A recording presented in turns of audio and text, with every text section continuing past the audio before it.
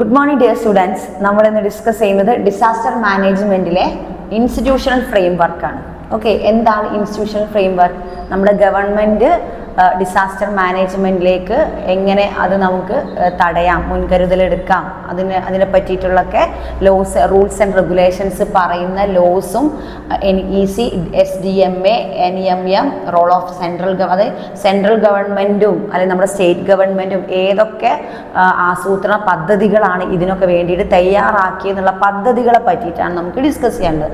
അതാണ് institutional framework എന്ന് പറയുന്നത്. ഓക്കെ, അതിൻ്റെ ഫങ്ഷൻസ് ഉണ്ട്. NEC ഉണ്ട്, SDMA, NIMM, role of national crisis management ഇങ്ങനത്തെ ഒരു ക്രൈസിസ് ദേശീയ തലത്തിൽ ഒരു ക്രൈസിസ് തന്നെയാണ് നമ്മുടെ എന്ത് ഡിസാസ്റ്ററൊക്കെ വരുന്നത് അല്ലേ. അതെന്തായാണ്, അതൊരു പക്ഷേ കൊടുങ്കാറ്റാണെങ്കിലും വെള്ളപ്പൊക്കം, പേമാരി എന്താണെങ്കിലും അതെന്താണ്, ഡിസാസ്റ്ററാണ് അല്ലേ, ദുരന്തമാണ്. അപ്പോൾ അതിനെ നിവാരണം ചെയ്യാൻ അല്ലെങ്കിൽ മുൻകരുതലുകൾ എടുക്കാനും അത് എങ്ങനെയൊക്കെ നമുക്ക് അത് വന്നതിന് ശേഷം നമ്മൾ എങ്ങനെ കൈകാര്യം ചെയ്യണം എന്നതൊക്കെ നമ്മൾ എന്തിലാണ് നമ്മൾ മനസ്സിലാക്കുക, ഈ ഒരു പദ്ധതി പ്രകാരമാണ്. അത് മിസ് വായിച്ചില്ല, ജസ്റ്റ് കുറേ കാര്യങ്ങളുണ്ട്. Functions of NDMA. Okay, NDMA means എന്താണ്? NDMA നാഷണൽ ഡിസാസ്റ്റർ മാനേജ്മെൻറ്റ് അതോറിറ്റിയാണ് NDMA. Okay, N for national disaster management authority, disaster management NDMA. Okay, first ആണ് NDMA. The N for national, D for disaster, M for management, A for authority. Okay, അപ്പോൾ national disaster management authority എന്ന് പറയുന്ന ഒരു പദ്ധതി അല്ലേ, അതാണ് അതായത് national ലെവലിൽ വന്നൊരു പദ്ധതിയാണ്. നമ്മുടെ ഡിസാസ്റ്റർ മാനേജ്മെൻറ്റിനെ പറ്റി പഠിക്കാനും അതെങ്ങനെയൊക്കെ നമുക്ക് മുൻകരുതൽ എടുക്കാമെന്നും അതായത് ദുരന്തം കഴിഞ്ഞതിന് ശേഷം ആ ഒരു ലൊക്കാലിറ്റിയെ എങ്ങനെയൊക്കെ നമുക്ക് പിന്നെ അറേഞ്ച് ചെയ്യാൻ പറ്റും അല്ലെങ്കിൽ റീകൺസ്ട്രക്ട് ചെയ്യാൻ പറ്റും എന്നൊക്കെയാണ് NDMA ഇതിൽ പറയുന്നത്. ഓക്കെ, അത് എവല്യൂഷൻ ഓഫ് NDMAയിൽ പറയുന്ന points, functions of NDMA. Okay, NDMAൻ്റെ ഫങ്ഷൻസ് ആണ് ഇനി മിസ് പറയാൻ പോകുന്നത്. Lay down policies of disaster management, ഇതിൽ ഒന്നാമത്തേതാണ് ഫങ്ഷനാണ് കേട്ടോ. ഇതൊക്കെ ഇത് ഫങ്ഷനാണ് മിസ് എഴുതുന്നത്. lay down policies of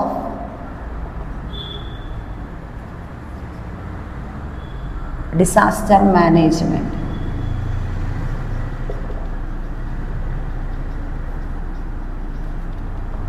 Lay down policies of disaster management, approve national plan, then approve plans prepared by ministries department. Okay, ministry department, and lay down guidelines of followed state authority, and lay down guidelines followed by different ministries. അപ്പോൾ എന്തൊക്കെയാണ് ഇതിൻ്റെ functions എന്ന് പറയുന്നത്? Lay down policies of disaster മാനേജ്മെൻറ്റായി ബന്ധപ്പെട്ട പോളിസികൾ എന്തൊക്കെയാണ് means അത് പ്രാക്ടിക്കലാക്കാൻ നോക്കുക. നെക്സ്റ്റ് അതെങ്ങനെ ഗൈഡ് ലൈൻസ് വേണം അല്ലേ, പലരുടെയും ഗൈഡ് ലൈൻസ് മീൻസ് അവരുടെ ഒരു അഭിപ്രായങ്ങൾ നന്നായിട്ടൊരു ഗൈഡ് ചെയ്യാൻ ഒരു അതോറിറ്റിയുടെ ഗൈഡ് ലൈൻസ് ഇല്ലാതെ ഇവർക്കൊന്നും ചെയ്യാൻ പറ്റത്തില്ല. കൂടാതെ എന്ത് വേണം, പ്ലാൻ അപ്രൂവൽ ആക്കണം. കാരണം ഇന്ന സ്ഥലത്ത് ഇത്രത്തോളം അഗാധമായ ഡീപ്പായിട്ടുള്ള പ്രശ്നങ്ങൾ വന്നിട്ടുണ്ട്, അപ്പോൾ അത് അറേഞ്ച് ചെയ്യാൻ. അതായത് പലതരം ഉണ്ടാവും, ചെറിയ ഡിസാസ്റ്ററിനോ വലിയ ഡിസാസ്റ്ററിനോ. ചെറിയ ഡിസാസ്റ്റർ മീൻസ് ചെറിയൊരു വെള്ളപ്പൊക്കം വന്ന് പോകുമ്പോൾ അത്ര വലിയ സാമ്പത്തിക നഷ്ടങ്ങളോ അല്ലെങ്കിൽ പ്രദേശങ്ങൾ ഒലിച്ചു പോവുകയോ അല്ലെങ്കിൽ ബിൽഡിങ്സിൻ്റെ തകരാറുകളോ അങ്ങനെയൊന്നും കുറവായിരിക്കും. അപ്പോൾ അതിൻ്റെ മെയിൻ്റെനൻസ് വർക്ക് കുറവായിരിക്കും. അതിന് തന്നെ എന്തായിരിക്കും, സാമ്പത്തിക നഷ്ടവും വല്ലാതെ ഉണ്ടാകുന്നില്ല. ഗവൺമെൻറ്റിന് എന്ത് ചെയ്യാൻ പറ്റും, അത് റീഅറേഞ്ച് ചെയ്ത് കൊടുക്കാൻ പറ്റുന്ന, കാരണം ഗവൺമെൻറ് ഫണ്ടിൽ ഓൾറെഡി ഉണ്ടാകുന്ന ക്യാഷ് ആയിരിക്കും, അത് അങ്ങോട്ട് കൊടുക്കാനേ ഉണ്ടാവുള്ളൂ. അപ്പം അത്തരം കുറേ കാര്യങ്ങൾ ഇവർക്ക് ഡിസ്കസ് ചെയ്യേണ്ടത്, എത്ര ക്യാഷ് കൈമാറണം, എന്താണ് ആ ഏരിയയെ പറ്റി പഠിക്കാനും ആ ഏരിയയിലേക്ക് എന്തൊക്കെയാണ് വേണ്ടത്, ഫണ്ടമെൻ്റൽ നീഡ്സ് എന്തൊക്കെയാണ്, ജനങ്ങൾക്ക് ഭക്ഷണം, വസ്ത്രം, ഷെൽട്ടർ പോയിട്ടുണ്ടോ, വീട് വെച്ച് കൊടുക്കണോ. ഇനിയിപ്പോൾ നമ്മൾ വയനാട് ദുരന്തം എപ്പോഴും നമ്മൾ പറയുന്നത് മുണ്ടക്കയം, അതായത് എന്താ പറയുക ചൂരൽമല അല്ലെ, അവിടെയൊക്കെ ഒരു പ്രദേശം മുഴുവൻ ഒഴിച്ചു പോയി. കുറേ എന്താണ് വീട് വെച്ച് കൊടുക്കണം, അവർക്ക് സ്കൂൾ വെച്ച് കൊടുക്കണം. അപ്പോൾ ഒക്കെ ഭയങ്കരമായിട്ട് സാമ്പത്തികം കുറച്ച് കൂടുതലുള്ളത്. അപ്പോൾ അതിനൊക്കെ എന്ത് ചെയ്യണം, പ്ലാൻ വേണം. പ്ലാൻ കൂടാതെ ഗൈഡൻസ് വേണം, ഗൈഡ് ലൈൻ വേണം. ഒരു അതോറിറ്റി ഫ്രം മിനിസ്ട്രി ഡിപ്പാർട്ട്മെൻറ്റിൽ നിന്നും പല പ്രൊസീജിയർ ഉണ്ടാവും. അതിനൊരു സ്ട്രാറ്റജി അങ്ങനെയാണ് അല്ലേ, നമുക്കറിയാം. അങ്ങനെയാണ് അതിൻ്റെ ഒരു പ്രൊസീജിയർ. ഓക്കെ, അപ്പോൾ അത്രയും കാര്യങ്ങൾ ഗൈഡ് ലൈൻസും പ്ലാനും മിനിസ്ട്രീസിലോ ഒപ്പീനിയൻ എല്ലാം കൂടി NDMA എന്ന് പറയുന്ന ഈ ഒരു പോളിസിയിലൂടെയാണ് കൊണ്ടുവരുന്നതെന്നാണ് ഈ ഫങ്ഷൻസിൽ പറയുന്നത്. ഫങ്ഷൻസ് മിസ് വായിച്ചു, ലേ down policy in disaster management. ഇതിലെ ഫങ്ഷൻസ് എന്താണെന്നൊക്കെ വെച്ചാൽ recommended provision of finds of purpose of coordinate of enforcement coordinate ചെയ്യുക. നമുക്കറിയാം, നമ്മൾ എക്സാമ്പിൾ എടുക്കുന്നത് വയനാട് തന്നെയാണ്. ഇപ്പോൾ നേരെ ഈ ഒരു അടുത്ത ദിനങ്ങളിൽ കഴിഞ്ഞു പോയത് കൊണ്ടാവാം അവിടെ ഫയർഫോഴ്സ് വന്നു, പിന്നെ പട്ടാളം, അങ്ങനെ ഒരു പാലം നിർമ്മിച്ചു അല്ലേ. അപ്പോൾ അതിൻ്റെയൊക്കെ ചിലവും കാര്യങ്ങളൊക്കെ ഉണ്ട്. അപ്പോൾ അതൊക്കെ ഒന്ന് കോർഡിനേഷൻ വെരി വെരി ഇമ്പോർട്ടൻറ്റ് ഘടകമാണ്, വെരി ഇമ്പോർട്ടൻറ്റ് ഫാക്ടറാണ് കോർഡിനേഷൻ. ഇതെല്ലാം ഒന്ന് കോർഡിനേറ്റ് ചെയ്യും. കാരണം ഈ പട്ടാളക്കാർക്ക് അവർക്കും വേണം ഭക്ഷണം വെള്ളം അല്ലേ. ഈ ജോലി എടുക്കുന്ന പട്ടാളക്കാർക്ക് ഫുഡ് കൊടുക്കണം, അവർക്ക് ഷെൽട്ടർ കൊടുക്കണം. അതേപോലെ രാവും പകലും എന്നില്ലാതെ അധ്വാനിച്ച് അവരെ രക്ഷപ്പെടുത്തി വെള്ളത്തിലൂടെയും പല പ്രശ്നം നമുക്കറിയാം, TV നമ്മൾ ന്യൂസ് കണ്ടതാണ്. അങ്ങനെയൊക്കെ രക്ഷപ്പെടുത്തിയെടുക്കുമ്പോൾ ഇവർക്ക് ഷെൽട്ടറും, അതിന് വേറെ തന്നെ സാമ്പത്തിക ചെലവ് വരും. അത് വേറൊരു പ്ലാൻ. അപ്പോൾ അതൊക്കെ ഒന്ന് കോർഡിനേറ്റ് ചെയ്യാൻ വേറൊരാളെ നിയമിക്കേണ്ടി വരും. കാരണം ഇവരെ കാര്യം മാത്രം, ഇവരെ ഫുഡ്, ഷെൽട്ടർ, ഇവർക്ക് വേണ്ട എക്യുപ്മെൻറ്റ്സ്, പിന്നെ പാലൊക്കെ പണിയാണെങ്കിൽ എന്തൊക്കെയോ എക്യുപ്മെൻറ്റ്സ് വേണ്ടി വരും, മെറ്റീരിയൽ വേണം. അതൊക്കെ ഇരുമ്പിൻ്റെ പാലല്ലേ നിർമ്മിച്ച്, ആ പാലത്തിന് വേണ്ടിയിട്ട് എല്ലാ സംഭവങ്ങളും, പാലത്തിന് എന്തൊക്കെ വേണം ഇൻഗ്രീഡിയൻസിൽ, അത് പിന്നെ അല്ലാതെ സിമെൻറ്റ്, അങ്ങനത്തെ കാര്യങ്ങൾ, അതൊക്കെ കോർഡിനേറ്റ് ചെയ്യാന്ന് പറഞ്ഞാൽ വളരെ. കാരണം അത് മാത്രമല്ല, അവിടെ നിൽക്കുന്ന ഒലിച്ചു പോയ ജനതയുടെ ബാക്കിയുള്ള ആൾക്കാരുണ്ടല്ലോ, റിലേറ്റീവ്സ്, അവർ ചിലപ്പോൾ ഏതെങ്കിലും പിന്നെ സ്കൂൾ അഭയാർത്ഥി ക്യാമ്പുകളിലായിരിക്കും.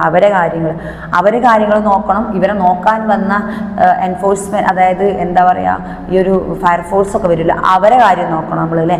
ദുരന്ത നിവാരണ അതോറിറ്റിയിൽ നിന്ന് അയക്കുന്ന കുറച്ച് ടീമുണ്ടല്ലോ, ആ ടീമിൻ്റെ കാര്യം നോക്കണം. അപ്പോൾ അതിനെന്നെ എന്താണ്, അതൊരു എന്താ പറയുക കോർഡിനേഷനാണ്. ഗൈഡ് ചെയ്തുകൊണ്ട് വളരെ വലിയൊരു കോർഡിനേഷനാണ്. അതും എന്തിൽ ഉൾപ്പെടുന്നു, functions NDMA lay down policies of disaster മാനേജ്മെൻറ്റിൽ ഉൾപ്പെടുന്നു. Next national executive committee. National executive committee എന്ന് പറഞ്ഞാൽ NEC. Okay, NEC means national executive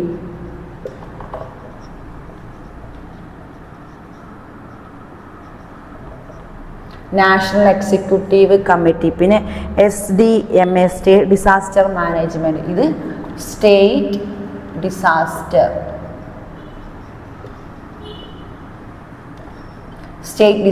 NEC national executive committee. NEC എന്ന് പറയുമ്പോൾ ദേശീയ തലത്തിലാണ്, അതായത് രാജ്യത്തിൻ്റെ, നമ്മുടെ ഇന്ത്യനെയാണ് കണക്കാക്കുന്നത്. NEC എന്ന് പറഞ്ഞാൽ national executive committee. And SDMA state disaster management committee authority. Okay, state disaster management authority. അപ്പോൾ ഒന്ന് നാഷണലാണ്, ഒന്ന് ദേശീയ തലത്തിലുള്ള ദുരന്ത നിവാരണ കമ്മിറ്റിയാണ്, ഒന്ന് സംസ്ഥാന തലത്തിലുള്ള ദുരന്ത നിവാരണ കമ്മിറ്റിയാണ് അല്ലേ. സംസ്ഥാനത്തുള്ള എങ്ങനെയൊക്കെ ലൊക്കാലിറ്റിയിൽ പ്രശ്നങ്ങൾ വന്നാൽ ഫസ്റ്റ് തന്നെ അത് വരിക എവിടെയാണ്, സ്റ്റേറ്റിലാണ് അല്ലേ. അതായത് കേരളം, വയനാട് എന്ന് പറഞ്ഞ ജില്ലയിൽ നടന്നു നമ്മുടെ കേരള ഗവൺമെൻറ്, നമ്മുടെ കേരള സംസ്ഥാനത്തിലായതുകൊണ്ട്. ഇനിയിപ്പോൾ കർണാടകത്തിലോ തമിഴ്നാട്ടിലോ എവിടെയെങ്കിലാണെങ്കിൽ അതാത് സംസ്ഥാനങ്ങൾക്കാണ് അതിൻ്റെ പേര്. ഓക്കെ, അപ്പോൾ അതാണ് സ്റ്റേറ്റ് ഡിസാസ്റ്റർ മാനേജ്മെൻറ്റ് എന്നാണ് പറയുന്നത്. നെക്സ്റ്റ് ഡിസ്ട്രിക്ട് ഡിസാസ്റ്റർ മാനേജ്മെൻറ്റ്, അത് ഡിസ്ട്രിക്റ്റ് ആണ്. Okay, district DDMA. Okay, DDMA എന്ന് പറഞ്ഞാൽ district disaster management authority. District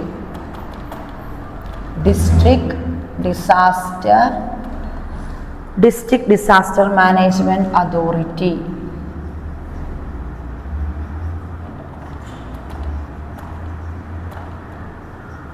okay, അപ്പോൾ ഇത് ഡിസ്ട്രിക്റ്റ് ആണ്. അതെന്താ പ്രത്യേകത? അപ്പോൾ ഡിസ്ട്രിക്റ്റ് ജില്ലാ തലത്തിൽ നമുക്കറിയാം, ഒരു സ്റ്റേറ്റിൻ്റെ ഏറ്റവും താഴേയിൽ ഇങ്ങനെ ഘട്ടം നോക്കുമ്പോൾ താഴേയിൽ വരുന്ന district. Then district disaster management authority. District related ആയിട്ട് എന്തെങ്കിലും പ്രശ്നം വന്നാൽ ഈ ഒരു ദുരന്ത നിവാരണ കമ്മിറ്റിയാണ് നോക്കുക. നെക്സ്റ്റ് പിന്നെ നാഷണൽ ലെവലിൽ വന്നാൽ നാഷണൽ എക്സിക്യൂട്ടീവ് കമ്മിറ്റി നോക്കും, സ്റ്റേറ്റ് ലെവലിൽ വന്നാൽ സ്റ്റേറ്റ് ഡിസാസ്റ്റർ കമ്മിറ്റി നോക്കും. ദെൻ NIDM നമ്മളിവിടെ എഴുതി NIDM എന്ന് പറഞ്ഞാൽ national institute of disaster management. NID നമ്മൾ NDMA നമ്മൾ പറഞ്ഞു. അതേപോലെ NIDM വേറൊരു ഡിസാസ്റ്റർ അതോറിറ്റി കമ്മിറ്റിയാണ് NIDM. Okay, NIDM means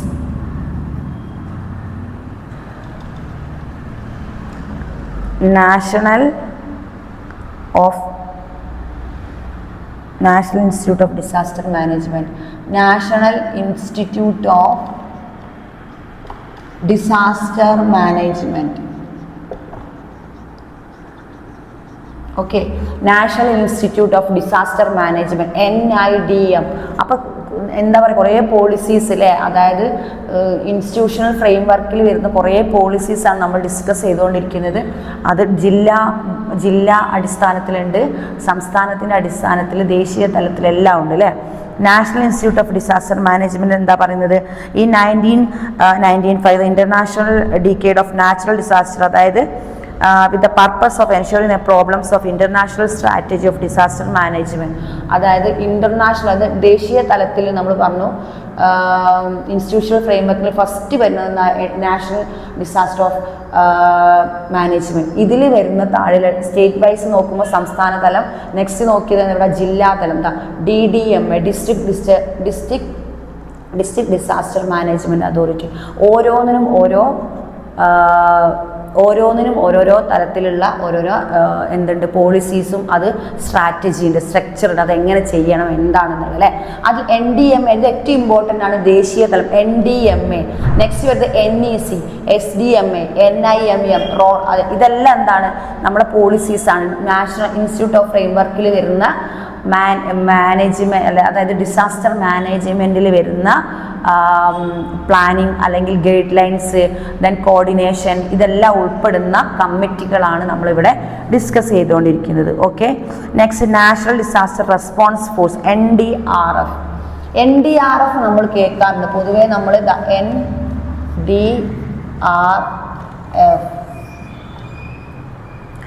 NDRF national disaster response force. National disaster response force എന്നാണ് എന്തിന് പറയുന്നത് നമ്മൾ, NDRF. The National Disaster Response Force is a specialized force instituted the purpose of specialist response to threatening disaster situation of disaster. അല്ലേ, നമുക്ക് എന്തെങ്കിലും ഭീഷണിയായി വരുന്ന, അതായത് ഡിസാസ്റ്റർ സമയത്ത് പല ഭീഷണികളും നമുക്കുണ്ടാവും. എങ്ങനെ ഭീഷണി മീൻസ് ഒരു പേടിപ്പെടുത്തുന്ന ഒരു അന്തരീക്ഷം, എങ്ങനെ മുന്നോട്ട് പോകണം, എന്താവും, അപ്പോൾ ഒരു ഭയങ്കരമായിട്ട് മുന്നിലൊരു വലിയൊരു ഭീഷണി നേരിടുന്ന ഒരു സമയം തന്നെയാണ്. ആ സമയത്ത് ഈ ഒരു എന്താ പറയുക, നാഷണൽ ഡിസാസ്റ്റർ റെസ്പോൺസ് ഫോഴ്സ്, അതായത് for purpose of specialised response to threatening disaster situation of disaster under the disaster management in 2005 when calamities of severe nature occur. Central government is responsible to providing aid and assistance affected the state. Central government ആണ് എന്ത് ചെയ്യുന്നത്, ഇതിൻ്റെ ഉത്തരവാദിത്വം ഏറ്റെടുക്കുന്നത് ആരാണ്, central ഗവൺമെൻറ്റിൻ്റെതാണ് NDRF. Okay, central ഗവൺമെൻറ്റിനാണ് NDRF. അതായത് ഇതിൻ്റെ റെസ്പോൺസിബിലിറ്റീസ് ആരെ ഏറ്റെടുക്കുന്നു,